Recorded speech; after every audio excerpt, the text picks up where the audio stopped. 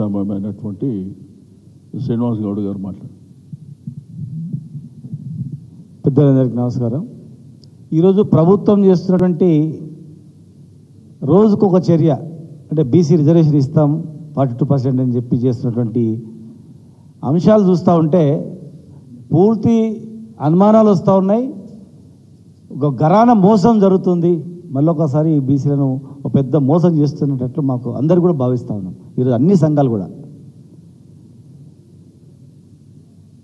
BC commission వేసిండ్రు, తప్పు అని చెప్పి అందరూ కూడా కొట్లాడి నిలదీస్తే డెడికేటెడ్ కమిషన్ వేసారు. ఆ తర్వాత అసెంబ్లీలో పెట్టలేదని మేమందరం కూడా అన్ని సంఘాలు మేమందరం కొట్లాడితే అసెంబ్లీ పెట్టింది. అసెంబ్లీ పెట్టినప్పుడు మా పార్టీ తరఫున పూర్తి మద్దతు, మీరు ఏ పోరాటం అన్నా చేయండి, ఇక్కడ చేయండి, ఢిల్లీ కూడా వస్తాం, మీతో పాటు అఖిలపక్షాన్ని తీసుకెళ్ళండి, ప్రధానమంత్రిని కలుద్దాం, తమిళనాడు తరహా మనం సాధించుకుందాం అని చెప్పినాం. చెప్పిన తర్వాత ఒక్కరోజు కూడా మరి ప్రధానమంత్రిని కలవలేదు, రాష్ట్రపతిని కలవలేదు, హడావుడి చేసింది తప్ప ప్రయత్నం చేసినట్టు తెలంగాణలో ఒక చిన్న పిల్లానంటే చెప్తారు. ఢిల్లీలో పోయి 42% గురించి ఏమైనా అడిగిన చేసిందంటే అడగంది ఎవరు, అమ్మ కూడా అన్నం పెట్టదు. మరి ఈరోజు సడన్గా క్యాబినెట్ సమావేశాలు పెట్టి గవర్నర్ ఆర్డినెన్స్ అంటున్నారు. ఇదే గవర్నర్ గారు రాష్ట్రపతికి పంపిండు, అక్కడ పెండింగ్లో ఉంది, మళ్ళీ మీరు ఇప్పుడు ఆర్డినెన్స్ అని చెప్తున్నారు.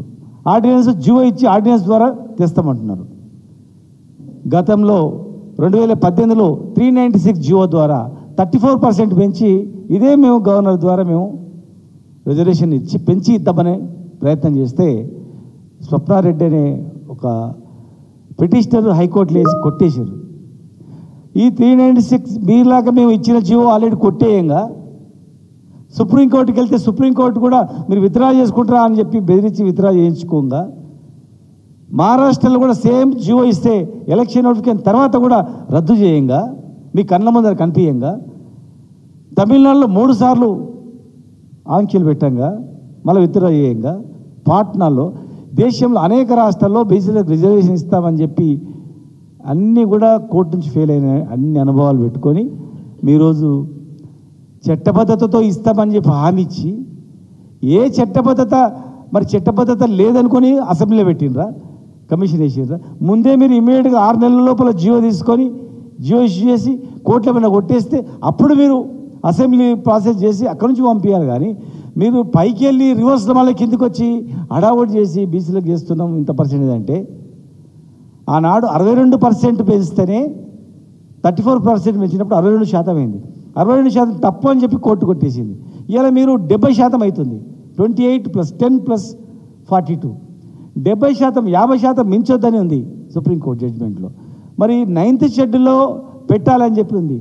మీరు ఏం చెప్పకుండా 70% ఎట్లా జరుగుతుంది అనుకుంటా ఉన్నారు? హైకోర్టులో